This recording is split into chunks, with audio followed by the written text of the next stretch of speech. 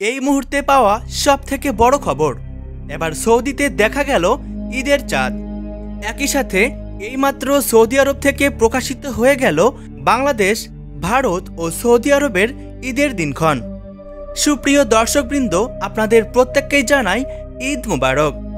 Saudi আরবে গত 10ই March 1445 হিজরি সনের রমজান মাসের চাঁদ দেখা গিয়েছিল এবং 11ই মার্চ থেকে সৌদি আরব সহ বিশ্বের অন্যান্য মুসলিম প্রধান দেশগুলিতে রমজান মাসের আরম্ভ হয়েছিল।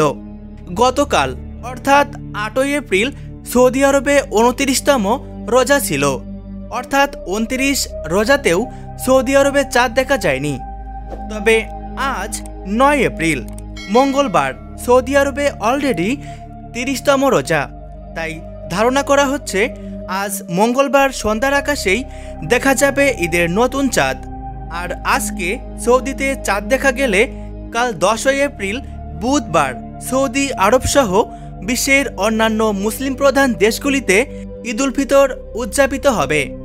আর সৌদি আরবে ঈদ উল ফিতর উদযাপিত হবার ঠিক পরের দিনই ভারত, বাংলাদেশ সহ দক্ষিণ এশিয়ার অন্যান্য দেশগুলিতেও ঈদ উল ফিতর উদযাপিত হবে। অর্থাৎ বলা হচ্ছে 11ই এপ্রিল বৃহস্পতিবার বাংলাদেশ ও ভারতবর্ষে এবারের পবিত্র ঈদ উল ফিতর উদযাপিত হবে। তো বন্ধুরা, ভিডিওটি অবশ্যই আপনার প্রিয়জনদের সাথে শেয়ার করবেন। সকলেই ভালো থাকবেন, সুস্থ থাকবেন। ঈদ মুবারক।